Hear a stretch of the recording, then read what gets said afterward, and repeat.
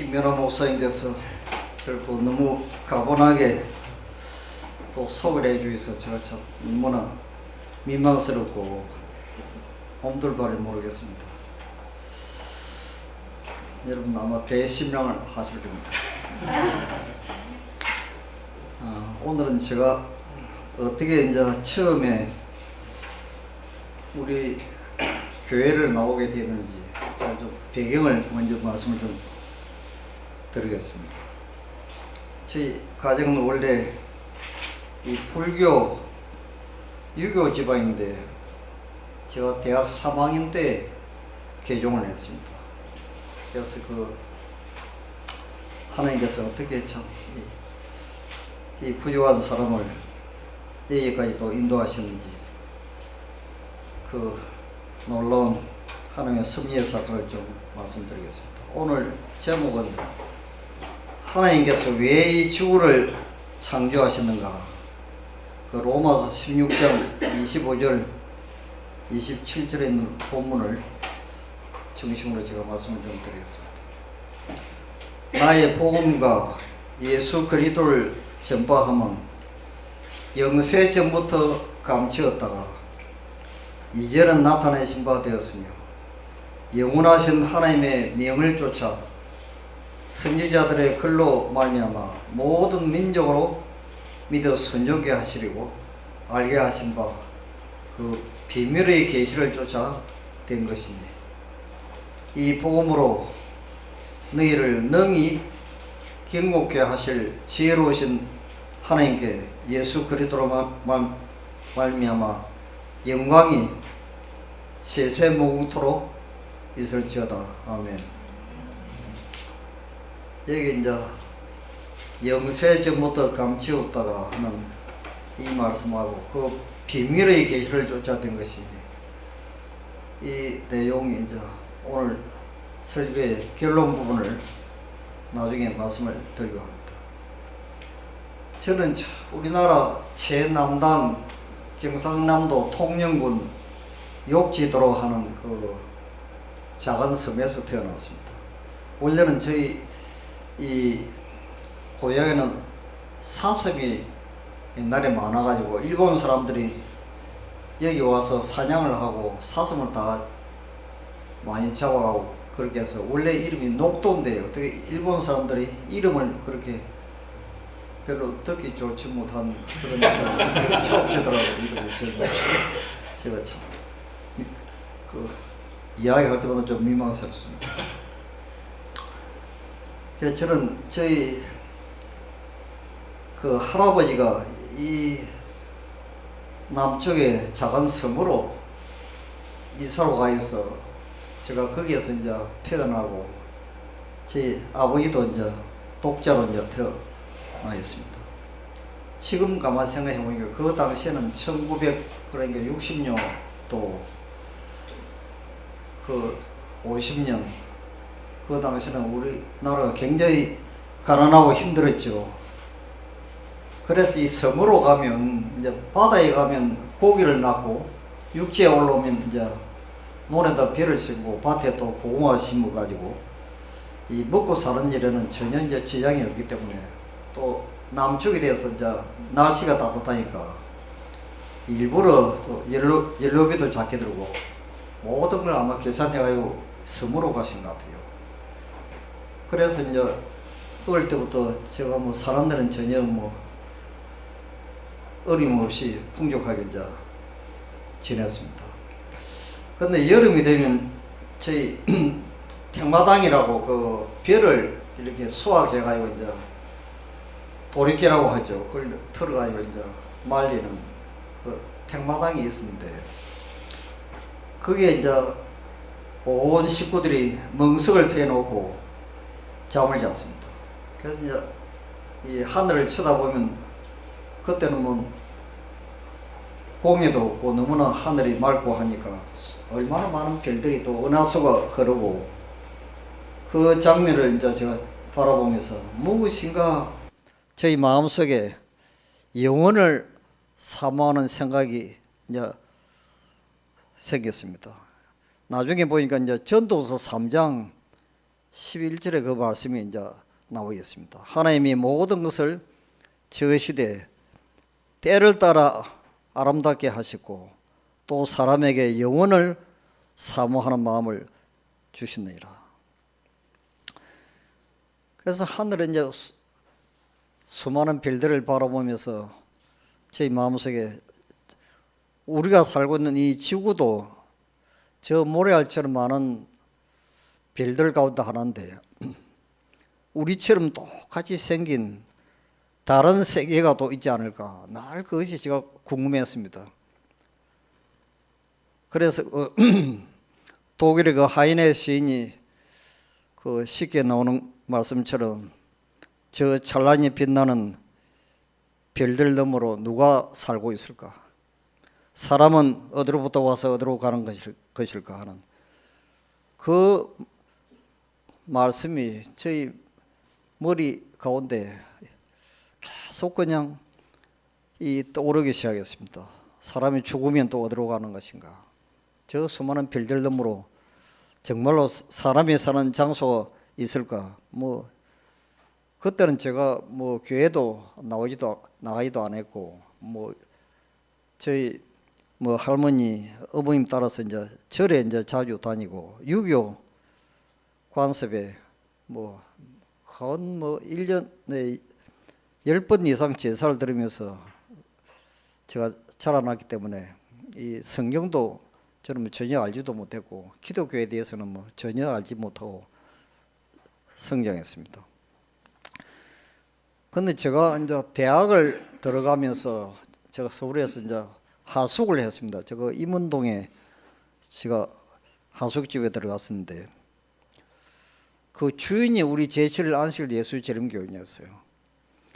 그래서 그 많은 학생들 가운데 하필이면 저보고 이 지금 임운동교회 지금 전도회가 있는데 학생 좀 같이 좀 따라서 좀 나 좀 도와달라고 그래요. 그래서 뭐 죽은 사람 소원도 들어주는데 산 사람 소원을 안 들어줘야 되겠나 생각이 들어가지고 제가 이제 그때 이제 중간고사 시험을 한창 치고 있었는데 그 끝나고 이제 가겠다고 그랬어요. 그때는 장로교에서 그때 개종하신 거 우필 목사님이라고 이런 거 아셨는지 모르겠어요. 지금 이제 돌아가셨죠. 그분이 그때는 2주일씩 전도를 했습니다. 2주일. 그래서 일주일이 끝나고 이제 그 다음 주일 제가 참석을 했는데 그때 제가 평소에 늘 궁금하고 알고 싶었던 주제들을 이제 다루기 시작했습니다. 그게 바로 뭐냐면 이제 이 지구 말고 다른 별 세계에 사는 사람들이 굉장히 많다는 것입니다. 그래서 요 계시록 12장 12절에 그러므로 하늘과 그 가운데 거하는 자들은 즐거워하라. 그러나 땅과 바다는 화가 있을진저 이는 마귀가 자기의 때가 얼마 못된 줄을 알므로 크게 분내어 너희에게 내려갔음이라 하더라. 이게 하늘과 그 가운데 거하는 자들 이제 이런 말씀들 쭉 찾아서 이제 설명을 하기 시작했습니다. 이러므로 내가 하늘과 땅에 있는 각 족속에게 이름을 주신 아버지 앞에 무릎을 꿇고 비노니 에베소서 3장 14절 15절 또 하늘에 있는 자들과 땅에 있는 자들과 땅 아래에 있는 자들로 모든 무릎을 예수의 이름에 꿇게 하시고 빌립보서 2장 10절에 그 말씀이 있죠.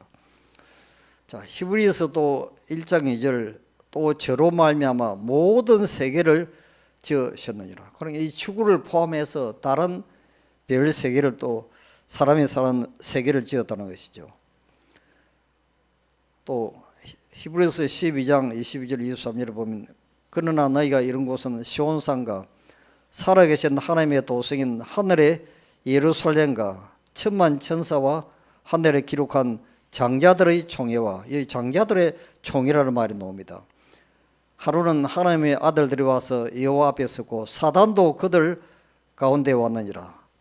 욥기 1장 6절에 보시면 이 장자들의 총회 이 지구 대표로 원래는 아담이 가야 되는데 이제 사단이 아담 대신 이 장자 총회에 참석한 사건이 또 기록이 되어 있죠. 고린도전서 또 4장 9절에 보면 우리가 세계의 곧 천사와 사람에게 구경거리가 되었노라. 여기도는 사람은 타락하지 않는 다른 별 세계에 살고 있는 사람을 가르치는 것이죠. 자, 이런 식으로 이제 설명을 하시는데 제가 너무너무 참 깊은 감동을 받고 제가 하루도 안 빠지고 이제 계속 이제 전도에 참석을 했습니다. 그래서 여기 삼층 하늘에 대해서 또 말씀을 하겠습니다. 오직 주는 여호와시라 하늘과 하늘들의 또 하늘과 하고 느헤미야 9장 6절에 그 말씀이 기록되어 있죠. 모든 천군이 주께 경배하나이다. 이 사도 바울이 고린도후서 12장 2절에 내가 그리스도 안에 있는 한 사람을 아노니 14년 전에 그가 셋째 하늘에 이끌려간 자라 그랬습니다. 여기 이제 셋째 하늘이 기록되어 있습니다. 우리가 아는 대로 이제 첫째 하늘은 새들이 날아다니는 이 대기권, 산소가 있는 대기권을 이제 첫째 하늘이라고, 둘째 하늘은 별들이 또 은하계가 있는 이 우주 세계를 둘째 하늘이라고 좀 부릅니다. 그다음 셋째 하늘은 이제 하나님과 천사들이 살고 있는 천국을 이제 셋째 하늘이라고 이렇게 세 종류의 하늘로 묘사를 했고, 사도 바울이 나는 셋째 하늘에 갔다 왔다 이제 그 말씀을 기록한 것입니다. 자, 여기 이제 우리 지구가 달처럼 이제 보이죠. 이제 인공위성이 이제 달 저편에서 이제 우리 지구를 촬영했습니다. 그러니까 우리 지구는 참 이 거대한 우주 공간에 먼지처럼 작은 이 지구에 여러분과 제가 살고 있습니다. 우리가 살고 있는 이 은하계가 지금 보시는 것처럼 지름이 약 10만 광년, 빛이 1초 동안에 1년 동안 가는 거리를 1광년이라 하는데 10만 광년이가 얼마나 먼 거리입니까요? 지구가 빛이 1초 동안에 지구를 7바퀴 반을 돕니다. 그 빠른 속도로 10만 년을 걸려서 우리가 살고 있는 이 한 은하계를 빛이 통과할 수 있다는 것입니다. 그러니 얼마나 방대한 것인지 우리가 짐작을 할 수 있죠. 직경이 약 10,000광년입니다. 자, 여기 이제 영어로 sun이라고 이제 저 태양을 표시를 해놨는데 저기가 여러분과 제가 살고 있는 이 지구 태양계가 있는 장소인데 어떻게 보면 우리나라로 말 같으면 하나의 시골이죠. 우리 여기 아마 옥천이나 우리 제가 살던 저 욕조도 저 아마 그런 데처럼 밴드로의 점이 있습니다. 자, 그래서 이 태양계 주위에 이제 많은 별들이 이제 있는데 천문학자들이 최근에 발견한 바에 의하면 이 우주에는 1250억 개의 은하계가 있다는 것입니다. 그러나 이것도 옛날 말이지 지금은 아마 망원경이 더 발달되어서 더 많은 수의 은하계를 아마 발견했을 것으로 생각이 됩니다. 그런 이 우주가 얼마나 넓고 크고 방대한지 이제 여러분 상상을 좀 할 수 있겠죠. 이제 하늘에 가면 우리가 이 많은 은하계 가운데 아마 타락하지 않는 사람들이 살고 있는 별 세계를 우리가 마치 미국이나 뭐 외국을 여행하는 것처럼 하나님과 함께 천사들과 함께 아마 여행을 할 것으로 이제 알고 있습니다. 그래서 제가 이제 전도에 참석하고 난 뒤에 제 생각에 그 목사님이 이제 그 말씀하셨습니다. 우리가 예수님을 믿으면 죽어도 살고 영원히 행복하게 살 수 있다는 것입니다. 거기는 뭐 노인도 없고 늙는 것도 없고 질병도 없고 이별도 없고 그래서 저는 참 정말로 그런 세계가 과연 있을까 참 마음에 궁금했습니다. 그런데 여기 마가복음 10장 29절 3절에 보니까 예수께서 가라사대 내가 진실로 너희에게 이르노니 나와 및 복음을 위하여 집이나 형제나 자매나 어미나 아비나 자식이나 전토를 벌인 자는 금세에 있어 집과 형제와 자매와 모친과 자식과 전토를 100배나 받되 핍박을 기마히 받고 내세 영생을 받지 못할 자가 없느니라. 이 말씀을 제가 처음 딱 교회에 나오자마자 이 말씀을 하나님께서 저에게 주셨습니다. 그 많은 말씀 가운데 딱 이 말씀이 저희 마음에 굉장히 많은 감동으로 또 충격으로 와닿았습니다. 아, 내가 복음을 위해서 집이나 형제나 자매나 어미나 아비나 자택이나 자식이나 전토를 모든 것을 다 버린 자는 영생을 얻지 못할 자가 없느니라. 이 말씀이 저희 마음 가운데 너무너무 강하게 와닿았죠. 그래서 저는 그때 이제 결심을 했습니다. 아, 내가 이 세상에서 어떤 부귀영화를 누리고 출세를 하는 것보다 하늘나라에서 영원히 사는 것보다 더 큰 축복이 어디 있겠는가. 이거는 이 세상 뭐 어떠한 참 부귀영화보다 비교할 수가 없다. 그때 저는 완전 이제 결론을 이제 내리면서 제가 침례를 받고 저희 교회에 이제 입교를 하게 되었습니다. 근데 목사님이 이제 설교를 하시는데 하나님께서 우리를 죽음보다 더 강한 사랑으로 우리를 사랑하신다고 하는 이 사랑에 대해서 설교를 많이 하시는데 저는 도무지 그 이해를 할 수가 없습니다.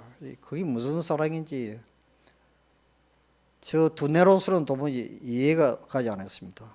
그래서 제가 답답해서 제가 이제 하나님께 기도를 드렸습니다. 하나님, 목사님이 자꾸 참 나를 위해서 십자가에 돌아가시고 나를 죽음보다 더 큰 사랑으로 또 사랑하신다고 계속 저렇게 강조하시고 설교하시는데 도대체 나는 이걸 이해를 할 수도 없고 깨닫지도 못하고 답답한데 이거 좀 어떻게 저희 마음속에 좀 깨닫게 좀 해달라고 저 교회 와서 계속 기도를 드렸어요.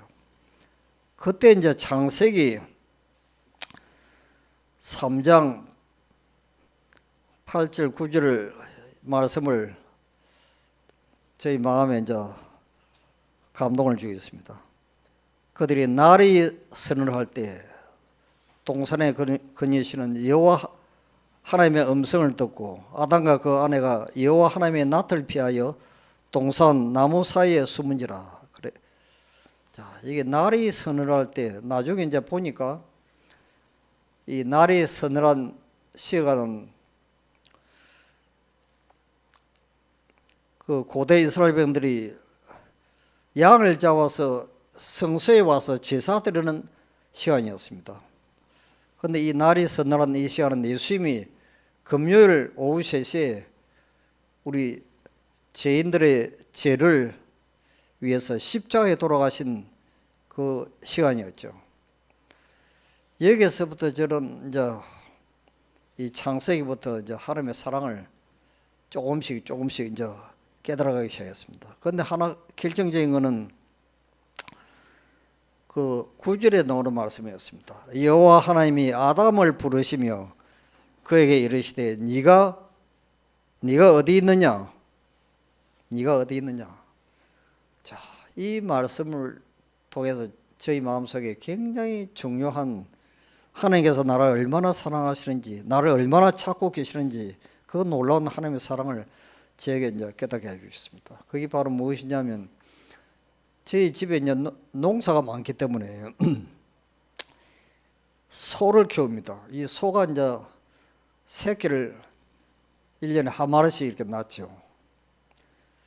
그런데 그 새끼가 한 3개월 정도 어미 젖을 먹고 이제 한 3개월이 지나면 이 송아지를 이제 시장에 가서 팔든지 그러면 다른 집에 먹일 소로 이렇게 이제 줍니다. 데려가세요. 그런데 새끼가 없어진 그날 밤에는 이 소가 밤새도록 우는 것입니다. 밤새도록요.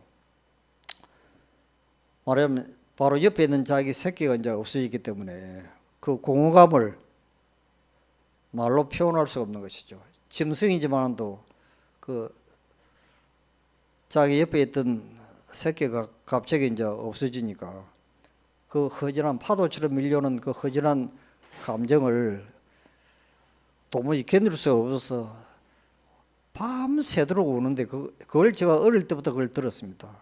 그래서 하나님께서 저희 마음속에 그걸 깨닫게 해주셨습니다. 아담아, 하나님이 아담을 부르시며 그에게 이르되 네가 어디 있냐. 하나님께서 이 아담이 선악과를 따먹고 범죄한 후에 죽은 것이라 마찬가지죠. 그래 네가 어디 있느냐 찾는 것입니다. 하나님이. 너가 살아 있어야 되는데 너가 왜 죽었느냐. 죽은 사실은 아담을 좀 부르고 계시는 것이죠. 저희 아버님이 이제 교육 공무원으로 일을 하셨는데 제가 대학교 1학년 때 저는 장길 부사에 걸려가지고 방에 누워 있고 그 5살 되는 저 여동생이 또 무슨 병인지 하여튼 아파가지고 저희 옆에 이제 같이 누워 있었는데 저희 아버님이 그 출장 가셔가지고 한 일주일 만에 저희 집에 돌아오셨어요. 그 동안에 저희 여동생이 그 아파서 이제 죽게 됐는데 그 아버님이 없으니까 저 삼촌이 이제 지게에다가 저 여동생을 이제 어린 여동생을 이제 싣고 저 어디 산에 가서 이제 묻고 왔습니다. 저도 지금 그 무덤이 어디인지도 모르고 제 아버님이 이제 출장 갔다 오셔가지고 이제 그 여동생을 굉장히 사랑했는데 하늘을 향해서 그냥 그 이름이 효진인데 효진아 하고 뭐 어디 있느냐 하고 뭐 계속 부르는 그 장면을 하나님께서 저희 마음속에 이제 깨닫게 주셨습니다. 아담아, 네가 어디 있느냐? 죄로 인해서 죽은 이제 여러분과 저를 좀 찾고 있는 것이죠. 네가 어디 있느냐고. 그래서 저는 참 이 하나님의 사랑을 저만이 알 수 있는 그런 실물 교훈을 통해서 저 경험을 통해서 이제 깨닫게 주시면서 제가 성경을 읽을 때 이 놀라운 하나님의 사랑을 창세기부터 요한계시록까지 이제 하나하나씩 이제 깨닫기 시작했습니다. 이 이사야 49장 15절 16절에 있는 말씀이죠. 여인이 어찌 그 젖먹는 자식을 잊겠으며 자기 태에서 난 아들을 긍휼히 여기지 않겠느냐. 그들은 혹시 잊을지라도 나는 너를 잊지 아니할 것이라. 내가 너를 내 손바닥에 새겼고 그랬습니다. 그러니까 하나님께서는 내 부모님이 나를 사랑하는 것보다 하나님은 나를 더 사랑하신다는 것입니다. 그러니까 우리는 예수님께서 말씀하신 것처럼 나는 내 아버지 어머니의 자녀보다도 하나님의 자녀라는 것입니다. 우리의 친아버지는 하나님이라는 것이죠. 그래서 저는 이 하나님께서 우리를 향한 그 사랑이 얼마나 컸으면 예수님이 참 당신의 목숨을 버리시고 우리를 살리시기 위해서 십자가에 달려 돌아가신 그 놀라운 사랑을 저는 희미하게 이제 깨닫기 시작했습니다. 그래서 구속의 경륜은 아담이 타락한 후에 세워진 사후고안이 아니었다. 이 경륜은 영세전부터 감추었다가 알게 하신 그 비밀의 계시였다. 태초부터 하나님과 그리스도는 사단이 반역할 것과 그 반역자의 기만적인 권세를 통하여 인류가 타락할 것을 미리 아셨다는 것입니다. 하나님께서 죄가 존재하도록 정해놓지는 않으셨으나 죄가 존재할 것을 내다보시고 그 두려운 비상사태를 위하여 대비책을 세워놓으셨다. 하나님께서는 세상을 너무도 사랑하여서 당신의 독생자를 주시기를 언약하셨으니 이는 저를 믿는 자마다 멸망치 않고 영생을 얻게 하려 하심이었다. 하나님께서 우리를 사랑하시는 그 사랑은 저희 아버지 어머님이 나를 사랑하는 것하고 비교를 할 수가 없다는 것입니다. 자, 여기 보시면 이런 말씀이 기록되어 있습니다. 하늘의 영광스러운 사령관이신 하나님의 아들은 타락한 인류에게 불쌍한 마음이 들었다. 잃어버린 세계에 임할 화가 그분의 앞에 떠오른 때 그분의 마음은 무한한 동정심으로 감동되었다. 그러나 하나님의 사랑은 사람이 구속받을 수 있는 한 경륜을 생각하셨다. 그러니 잃어버린 자기 자식을 살리시기 위해서 친히 목숨을 버리기로 결심을 하셨다는 것입니다. 이것이 그 유명한 스가랴 6장 13절에 있는 이 두 사이에 평화의 언원이 있으리라 하셨다 하고, 이 평화의 언원이 바로 이것이죠. 사람이 잃어버린 바가 되고 하나님께서 창조하신 세상이 불행과 질병과 그리고 사망을 당할 사람들로 차게 될 것과 범죄자에게는 피할 길이 없다는 것을 알게 되었을 때 하늘은 슬픔으로 가득 찼다. 아담의 온 가족은 필연코 죽을 수밖에 없었다. 나는 인자하신 예수님의 얼굴에서 동정과 슬픔의 표정을 보았다. 잠시 후에 나는 그분께서 아버지를 두른 찬란한 빛으로 가까이 나아가는 것을 보았다. 나와 함께 다니는 천사는 그가 그 아버지와 은밀한 회의를 하시고 있다고 말하였다. 예수께서 아버지와 언론하시는 동안에 천사들은 심히 걱정하는 것처럼 보였다. 그런 세 번이나 그 아버지를 두른 영광스러운 빛 가운데로 들어가시다가 다시 나오셨는데 그때 그분의 모습을 볼 수가 있었다. 그러니까 예수님께서 아버지 앞에 나가서 아버지 타락한 죄로 인해 영원히 죽을 수밖에 없는 저 아담과 하와를 위해서, 인류를 위해서 제가 십자가에 가서 달려 죽겠습니다. 내가 고난과 모든 고통을 다 대신 지고 내가 감당하고 저 사람을 살려야 되겠습니다. 내 자식을 살려야 되겠습니다. 이걸 아버지 앞에 가서 세 번이나 간청을 했다는 것입니다. 그러니까 첫 번째는, 두 번째는 아버님이 아마 거짓을 하신 걸 우리가 알 수가 있죠. 이 장면이 우리가 잘 아는 창세기 12장에 나오는 아브라함과 이삭의 사건이 바로 이것을 우리 인류의 마음속에 그 아버지 하나님께서 독생자 예수 그리스도를 이 땅에 보내실 때 얼마나 그 아버지의 마음속에 그 자식보다도 더 강한 고통과 마음의 충격과 슬픔이 있었다 하는 것을 참 하나밖에 없는 독자 이삭을 모리아산에 제물로 드리러 했을 때 그 아버지 된 그 아브라함의 마음의 심령이 어떻게 했는가를 우리에게 잘 묘사를 해주고 있죠. 자, 그래서 결국은 마지막 허락을 받고 그 다음에 그런 타락한 인류를 위하여 피할 길이 마련되었음을 천사의 무리에게 알리셨다. 그는 저희에게 당신을 통해서 인류가 용서받게 하기 위하여 아버지께 간구한 길과 그의 생명을 속죄물로 드리기로 한 것과 그가 친히 죽음의 선고를 받기로 한 것과 또 그의 피 공로와 그가 하나님의 율법을 순종한 공로로 인류가 하나님의 은혜를 얻어 그 아름다운 동산으로 다시 들어가 생명나무의 열매를 먹을 수 있을 것에 대하여 말씀하셨다. 이것이 이제 구속의 계획이죠. 이 비유는 더욱 넓은 의미를 가지고 있다. 이런 양은 한 사람의 죄인뿐만 아니라 하나님께 배도하여 죄로 멸망하게 된 한 세계를 대표한다. 이 지구는 하나님이 주관하시는 광대한 우주에 비해 지극히 작은 한 개의 원자에 불과하다. 그러나 하나님이 보시기에는 이 타락한 작은 세계는 잃어버린 한 마리의 양으로서 우리에서 벗어나지 아니한 99보다 더 귀중한 것이다. 저는 이 말씀을 보고 참 처음에는 제가 이해가 잘 되지 않았습니다. 이게 무슨 말씀인지.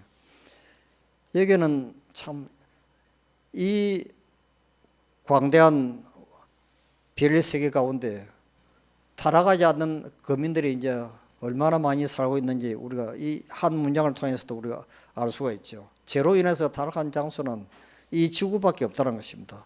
처음이요 마지막으로 타락한 장소가 이 지구였습니다.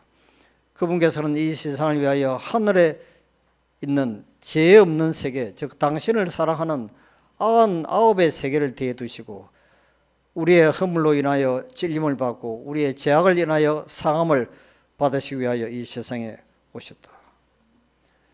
비유에 나타난 목자는 한 마리의 양을 찾기 위하여 나갔다.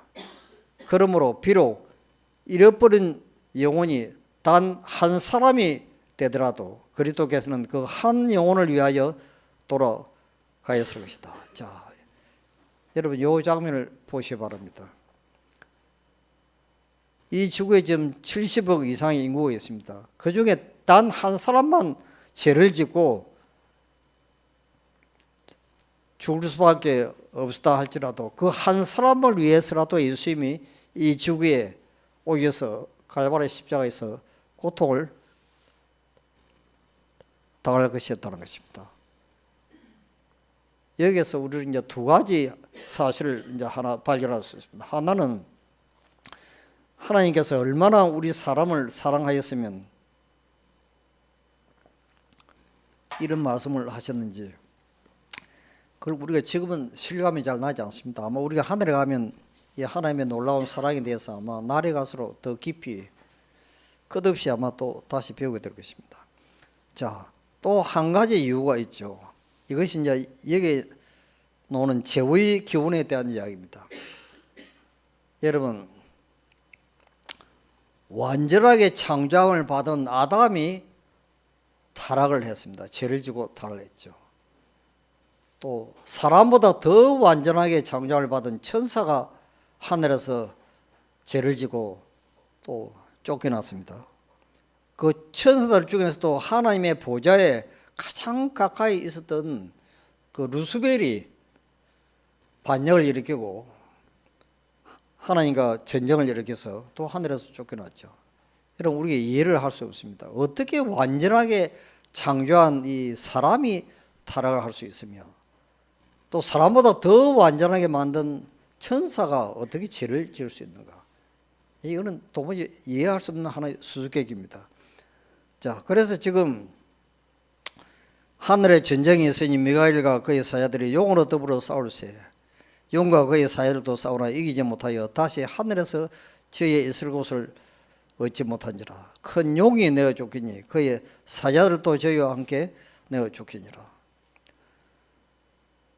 너 아침의 아들 계명성이여 어찌 그리 하늘에서 떨어졌으며 너 열국을 엎은 자여 어찌 그리 땅에 찍혔는고. 네가 네 마음에 이르기를 내가 하늘에 올라 하나님의 무별 위에 나의 보좌를 높이리라. 내가 북극 지표 위 산 위에 자정하리라. 가장 높은 구름에 올라 저기 높은 자와 비기리라 하도다. 자, 우리가 이 성경을 여러분들이 보시면 도무지 우리가 이해할 수 없고 풀 수 없는 세 가지 신비스러운 수수께끼가 있습니다. 우리가 도무지 이해할 수 없는 불가사의한 세 가지 수수께끼가 있죠. 그런데 이 세 가지는 똑같이 하나의 공통점을 가지고 있습니다. 자, 여러분 보시는 것처럼 하나님께 택한 이스라엘 백성이 밤낮 그들은 아침 저녁 예배 드릴 때 메시아에 대해서 오실 구주에 대해서 기도하고 또 성경을 펴고 읽고 했습니다. 설교 시간마다 또 설교하고 가르치고 했습니다. 그들이 정말로 기다렸던 그 메시아를 그렇게도 오랫동안 기다려 왔는데 막상 메시아가 베들레헴의 마을 구유에 탄생을 했는데 메시아가 탄생했다는 소식을 들었는데도 불구하고 뭐 목자들 도마박사들 몇 사람 빼고 가서 경배 드리는 사람이 없습니다. 여러분 너무너무 이상하지 않습니까요? 그들이 몇천 년 동안 구약에서 신약으로 넘어오면서 예언한 그 메시아를 그렇게도 오랫동안 기다려왔는데 메시아가 막상 자기들 눈앞에 탄생을 했는데도 그걸 깨닫지 못하는 것입니다. 자, 그 이유가 무엇이죠?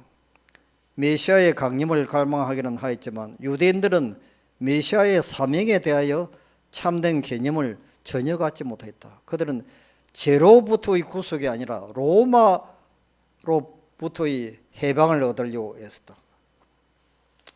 그럼 유대인들이 바란 것은, 자기들이 바라는 그 메시아는 자기들을 괴롭히는 그 로마 제국을 힘으로, 전쟁으로, 무력으로 쳐부수고 전 세계에서 가장 위대한 민족을 만들어 줄 수 있는 그런 강한 장군 같은 어떤 메시아가 오기를 그들이 기대하고 있었던 것이죠. 그러니까 그들은 압제자의 권세를 깨뜨리고 이스라엘 나라를 세상 만국을 지배하는 나라로 높이는 정복자로 메시아가 오시기를 고대하였다. 그리하여 그들이 구주를 거절할 길이 마련됐다. 이것이 이제 첫 번째 이제 이스라엘인들이 구주를 거절한 이유입니다.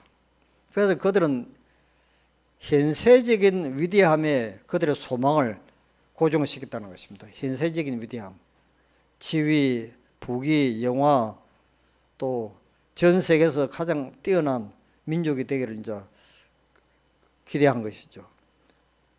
자, 두 번째는 하늘에서 가장 높은 천사 루스벨이 어떻게 반역을 할 수 있는가 하는 것입니다. 여러분, 이것도 이해가 안 가죠. 천사가 타락을 해도 이해가 안 가는데 그 천사보다 더 탁월하게 창조함을 받고 하나님 보좌 바로 옆자리에 앉아서 하나님의 품성에 대해서 그렇게도 오랫동안 보고 느끼고 감동을 받은 이 루스벨이 어떻게 하늘에서 반역을 일으킬 수가 있는가? 그것도 우리가 이해를 할 수가 없죠. 그 이유가 이사야 14장 13절 14절에 나옵니다. 네가 네 마음에 이르기를 내가 하늘에 올라 하나님의 무별 위에 나의 보좌를 높이리라. 내가 북극 지표의 산 위에 자정하리라. 가장 높은 구름에 올라 저기 높은 자와 비기리라. 사단이 하늘에서 범죄하게 된 것은 자기 자신을 하나님 아들보다 높이려고 하는 데 있었다는 것입니다. 루스벨이 원한 것은 하나님의 능력이었지 그분의 품성이 아니었다는 것입니다. 그래서 우리도 지금 이 교회를 지금 나오기는 나오는데 우리가 하나님의 품성에 여러분 초점을 맞추지 아니하면요 아무 유익이 없고 정말로 참 구원받기도 힘든 걸 우리가 알 수 있습니다. 제가 이 안식일에 그 문제에 대해 좀 말씀을 드리겠습니다. 자, 여러분 예수님의 12제자 가운데 유다가 예수님을 배신하고 은 300냥에 팔아먹었습니다. 이것도 여러분 이해가 안 갑니다. 하나님도 유다를 변화시킬 수 없었다는 것이죠. 여러분 예수님이 하나님이 아니십니까요? 이 세상에서 가장 위대한 무슨 성인 군자 밑에 교육을 받은 것도 아니고 이 우주를 창조한 사람을 창조한 하나님 밑에서 직접 교육과 훈련을 받은 이 유다가 어떻게 죄를 지고 배신을 하고 예수님을 그렇게 비열하게 팔아먹을 수 있었는가? 이것도 이해가 안 가는 것이죠. 그런데 여러분들이 보시는 것처럼 이 세 가지 이해할 수 없는 이 사건들의 똑같은 공통점이 바로 무엇입니까? 끊임없이 놓고자 하는 자리죠. 높은 자리. 누가 제일 놓고자 하는 이 자리를 항상 가르뉴다가 다른 제자들을 충동시켜서 그 문제를 일으켰다는 것입니다. 그래서 예수님께서 우리가 하늘나라에 들어가는 첫 번째 조건이 겸손이라는 것입니다. 겸손. 낮아지기를 좋아하는 사람들만이 하늘에서 영원히 살 수 있다는 것이죠. 그래서 예수님이 말 구유에 탄생하신 그 이유가 이 지구에 태어난 사람치고 말 구유에 탄생한 사람이 누가 있습니까? 가장 낮은 곳으로 더 낮은 곳으로 더 이상 내려갈 수 없을 정도까지 낮아진 그 낮은 곳까지 내려오겠습니다. 이게 겸손의 법칙이죠. 여러분, 물이 위에서부터 밑으로 흘러내리지 밑에서 위로 올라가지 않습니다. 그러니 생명의 법칙은 겸손의 법칙이죠. 낮아지는 사람들만이 영원히 하늘에서 살 수 있다는 것입니다. 그래서 예수님이 십자가에 돌아가시기 전에 성만찬 예식을 하실 때 그 겸손 예식이 바로 이걸 가르치는 것이죠. 예수님 초림 때는 마을 구유에 탄생하시고 그분께서 하늘로 승천하시기 바로 직전에는 성만찬 예식을 통해서 겸손, 발을 씻기는 겸손 예식을 통해서 누가 하늘나라에서 영원히 살 것인가 딱 실물 교훈으로 한마디로 요약을 하신 것입니다. 이것 외에는 아무것도 없습니다. 지금 보면. 자, 그래서 지금 이 에베소서 3장 9절에 영원부터 만물을 창조하신 하나님 속에 감추었던 비밀의 경륜이라고 기록되어 있는데 이것이 바로 오직 비밀한 가운데 있는 하나님의 지혜를 말하는 것이니 여기 지혜란 말이 또 나옵니다. 곧 감추었던 것인데 하나님이 우리의 영광을 위하여 만세 전에 미리 정하신 것이라. 자, 여러분 여기에서 이제 한 가지 문제를 해결할 수 있는 것이 바로 이것입니다. 그러니까 완전히 완벽하게 창조한 천사도 하늘에서 아담도 죄를 짓고 타락을 했고 사람보다 더 완전하게 창조한 천사도 역시 죄를 지고 타락을 했습니다. 그러니 완전하다고 죄를 짓지 않는 것이 아니라는 것이죠. 그래서 우리 신앙생활도 완전을 추구하면 안 되는 것입니다. 여러분 이걸 아셔야 됩니다. 많은 분들이 나는 완전해야 된다. 이 성경에도 연애실에도 완전이라는 말이 계속 나옵니다. 그 완전이라는 단어와 그 배경을 여러분 잘 보셔야 바랍니다. 그리스도 안에서 완전한 것입니다. 내 마음속에 예수님이 계시면 하나님은 나를 보는 것이 아니고 내 속에 계시는 예수님이 완전하게 사셨기 때문에 그 예수님을 보시고 나를 완전하다고 인정을 해주는 것이죠. 이것이 이제 믿음으로 말하면 의의 기본의 핵심입니다. 그리고 내 속에 계시는 예수님이 또 내 품성까지 변화를 시켜주기 위해서 예수님처럼 우리가 닮아가는 것이죠. 그러니까 내 속에 계시는 예수 그리스도로 인해서 우리가 완전해지는 것입니다. 내 행위가 완전해지는 것이 아니죠. 그러니까 우리는 완전을 추구할 것이 아니고 내 속에 예수님이 계시는지 안 계시는지 그걸 확인을 해야 된다는 것이죠. 자, 그래서 지금 이 문제는 천사들도 타락을 하고 완전하게 창조함을 받은 아담도 타락을 했습니다. 그러니까 완전에는 안전이 없다는 것입니다. 죄를 지을 수 없는 안전이 없다는 것입니다. 딱 한 가지 방법은 십자가밖에 없다는 것이죠. 그때 우리는 그리스도의 십자가를 높이지 않겠는가? 결코 죄를 지은 적이 없는 그리스도께 영광과 존경을 돌리게 될 것이다. 왜냐하면 그들까지도 하나님의 아들의 고통을 쳐다보지 않고서는 완전함을 받을 수 없기 때문이다. 하늘의 천사들도 베드로부터 보호를 받을 수 있는 것은 십자가의 효용을 통했습니다. 그래서 영원 무궁토로 우리가 하늘에 가서도 영원히 범죄하지 않는 것은 십자가를 통해서만이 죄를 짓지 않을 수 있다는 것입니다. 그래서 예수님은 내 한 사람이 죄를 짓고 멸망을 당한다 할지라도 예수님이 이 세상에 오셔서 갈바리 십자가에 돌아가셨을 것이다 하는 그 이유는 바로 이것 때문에 그것입니다. 나만 구원을 받는 것이 아니고 지금 타락하지 않는 다른 우주 거민들과 타락하지 않는 천사들까지도 그들이 영원히 죄를 짓지 않고 완전하게 영원히 행복하게 살 수 있는 단 한 가지 방법은 예수님의 십자가밖에 없다는 것이죠. 자, 여기서 지금 우리는 십자가 없이는 그들이 사단이 타락하기 전에 있었던 천사들보다 악에 대한 더 확실하고 완전한 방어책이 없을 것이다. 천사의 완전은 하늘에서 실패했다. 인간의 완전도 축복의 낙원이었던 에덴에서 실패했다. 그러니 결론은 십자가밖에는 우리가 죄로부터 완전히 보호함을 받을 수 있는 방법이 없다는 것이죠. 그래서 오늘 저는 이제 무슨 말씀을 하려고 하냐면요. 우리가 하늘에 가면 이 타락하지 않는 천사들보다, 타락하지 않는 거민들보다 더 높은 위치에 있습니다.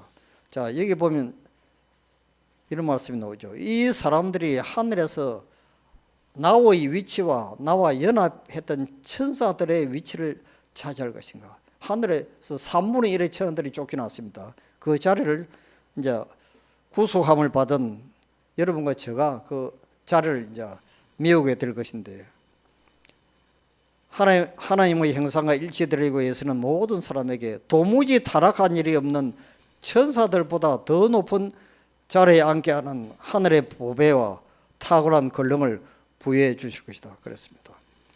저들은 하나님께서 빼시고 보배로 여기시는 거의 택하신 자가 될 것이고, 그리스도께서 당신의 나를 건설을 하실 때 거의 보좌 다음에 서게 될 것이다. 예수님 보좌 다음에 여러분과 저가 이제 서게 될 것인데요. 이것은 얼마나 참 그 높고 고귀한 자리인지 모릅니다.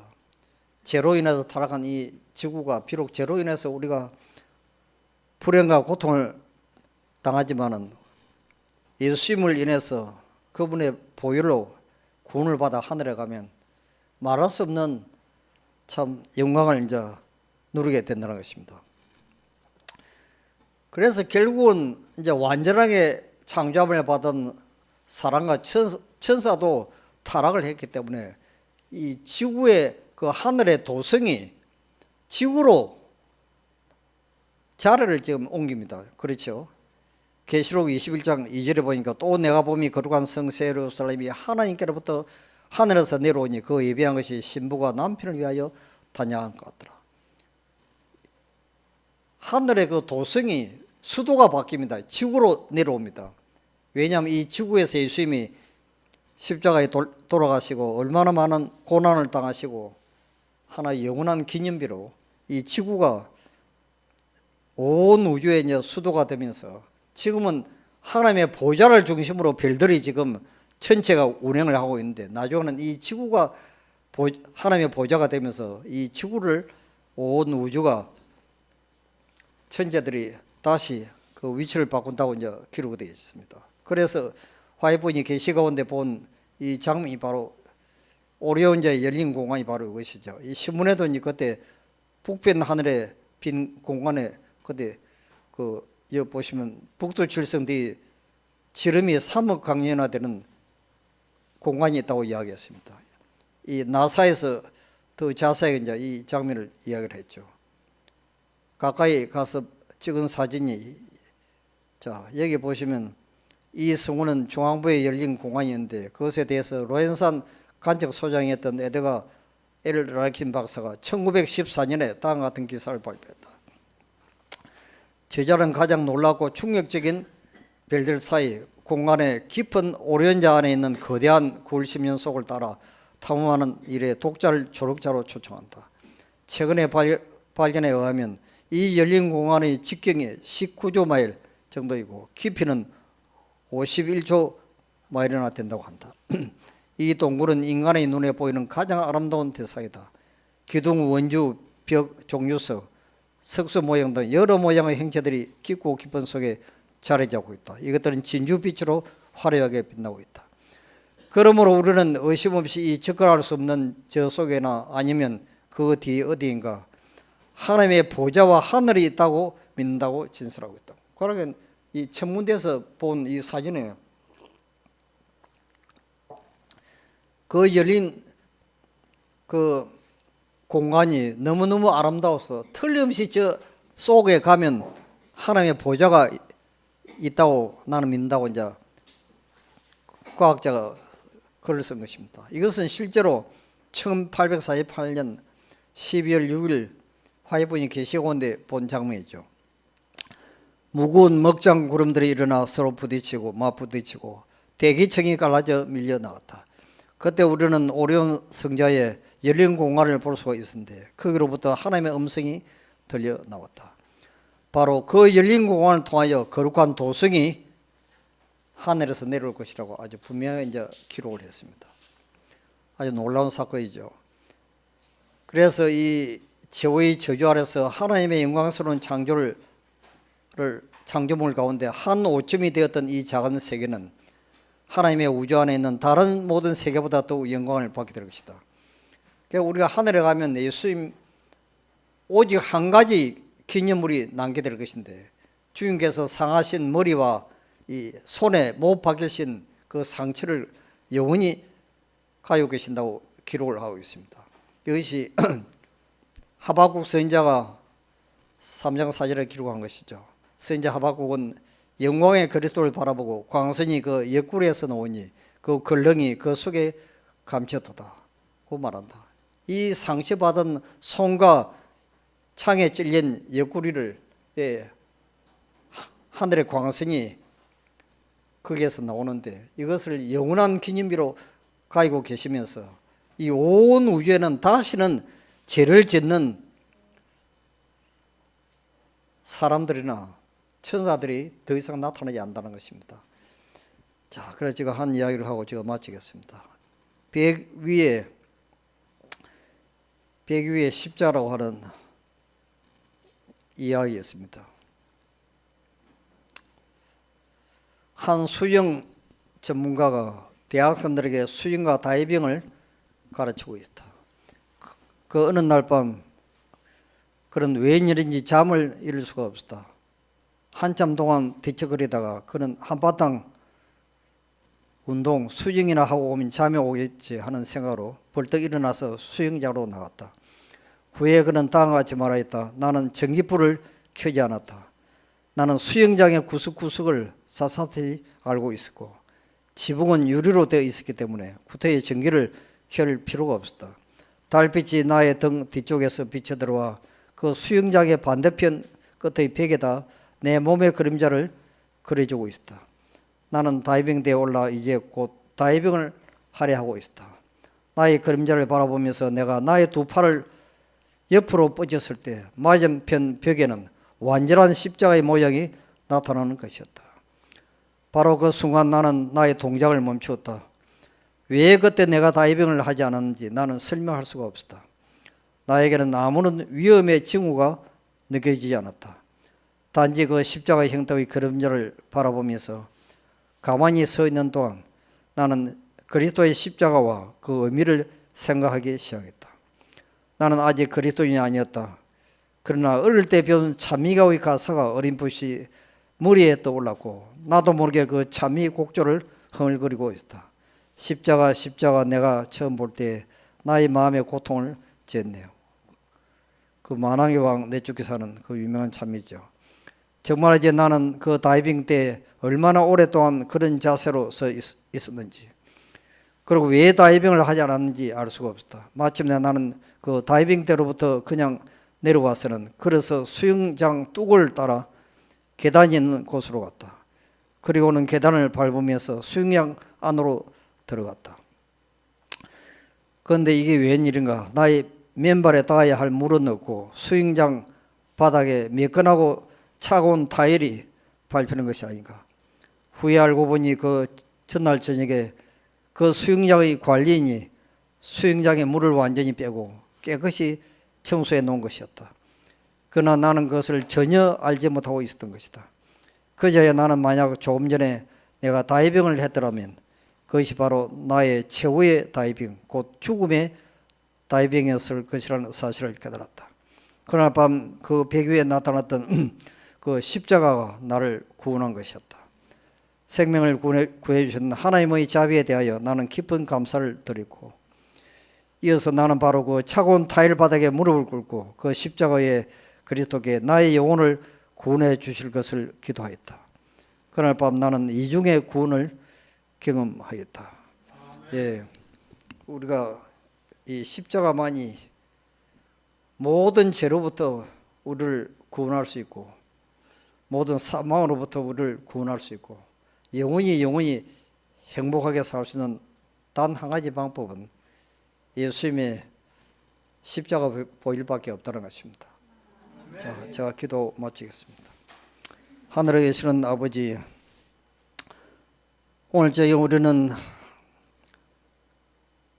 하나님께서 우리를 죽음보다 더 강한 사랑으로 사랑하여서 제 영광의 보좌를 버리시고 낮고 낮은 이 땅에 오셔서 말할 수 없는 정신적, 육체적 고통을 당하시고 수많은 모욕과 멸시와 상처를 받으시면서까지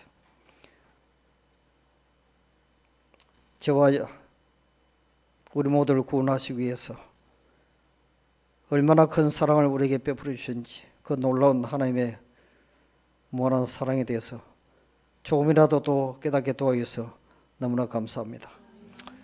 우리가 이 주님께서 우리에게 베풀으신 이 무한한 사랑을 날마다 생각하면서 예수님을 더욱더 사랑하고 하나님을 기쁘시게 하는 아름다운 삶을 살 수 있도록 우리 모두를 도와주시고 축복하여 주시옵소서.